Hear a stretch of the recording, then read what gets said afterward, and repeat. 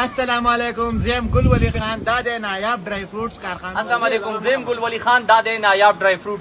بایجان ته دا خو دا څه شی دی؟ السلام علیکم ملګرو، حکمت جان ما امید لرم چې ټول باروغ او جوړه د جن په مزو کې به ملګرو تاسو ته د اصل کې تصویر کاری دا د نایاب ډرای فروټ مین کارخانه مارکیټ شاپینګ پلازا. ملګرو نن سبا کو چیرې تاسو ته پته یې په سوشل میډیا باندې په ټیک ټاک باندې نایاب ډرای فروټ ډېر په ټرند کې روان دي. دا څه وجه ده دا ټول حقیقت برته وخیم، خو د ټول اول د دوی یو فني ویډیوز ده یو څو ملګرو جوړه کړې ده، هغه سره وګوره د هغې نه پس بیا خبرې اترې وکړو. السلام علیکم زیم ګل ولی خان دا د نایاب ډرای فروټس کارخانه. السلام علیکم زیم ګل ولی خان دا د نایاب ډرای فروټ. بایجان ته دا خو دا څه شی دی؟ زموږ سره دلته کې هر قسمه وچه میوه ده، د 35 ممالک زموږ سره وچه میوه دلته کې موجوده. تاسو لیدای شئ په دې سکرین تاسو ته ښکاري.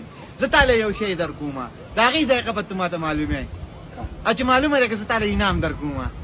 اول د سره ته دا وسکه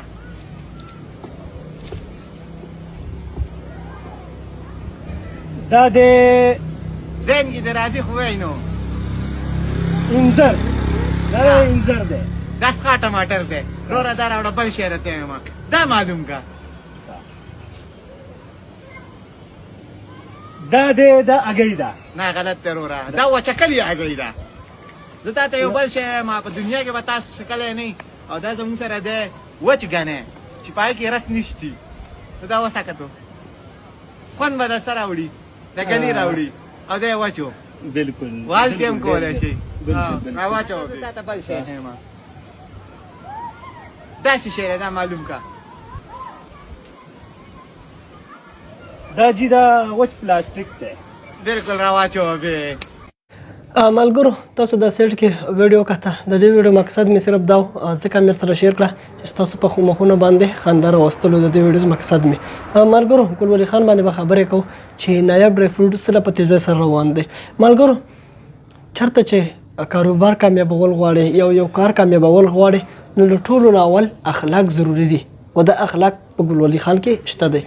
هغه څنګه ملګرو هغه داسې چې نن سبا څنګه تاسو ته پته چې که چېرته مشهور شخصیت نایاب ډرای فروټ له راشي نو ګل ولی خان ورته چرم دا نه وایي چې هغه کسانو له چې کوم کسان خپل ټیک ټاک دپاره ویډیو کوي خپل فیسبوک دپاره ویډیوز کوي چېرې تاسو دغه ځای نه لرې شئ او دا کسان مه تنګوئ. نو دا نه وایي د ټول نه اول خو کامیابېدو دپاره اخلاق ضروري دی. صحیح ده ملګرو. بله دا ملګرو چې که چیرې یو کس خپله کامیابي غواړي نو هغه به پردی کامیابي چې بل کومه کامیابي ده په هغې باندې به خوشحالېږي. نو موږ تاسو له پکار دي چې نایاب ډرای فروټ چې کوم دی دا موږ تاسو سپورټ کړو، باقاعده هغې دپاره ویډیوګانې وکړو ځکه چې دا یو کس یو زموږ یو پښتون ورور ښه کېږي او د هغه کامیابي هغه مخکې کېږي پې نو موږ ټول پې خوشحالېږو. نو چې تاسو هم ځان کامیابول غواړئ نو د بل کامیابي غواړئ او هغوی ته سپورټ ورکوئ. ملګرو دا نننۍ ویډیو د همدومره ډېره تر بل ویډیو پورې ماله راکړئ اجازت. د الله په امان.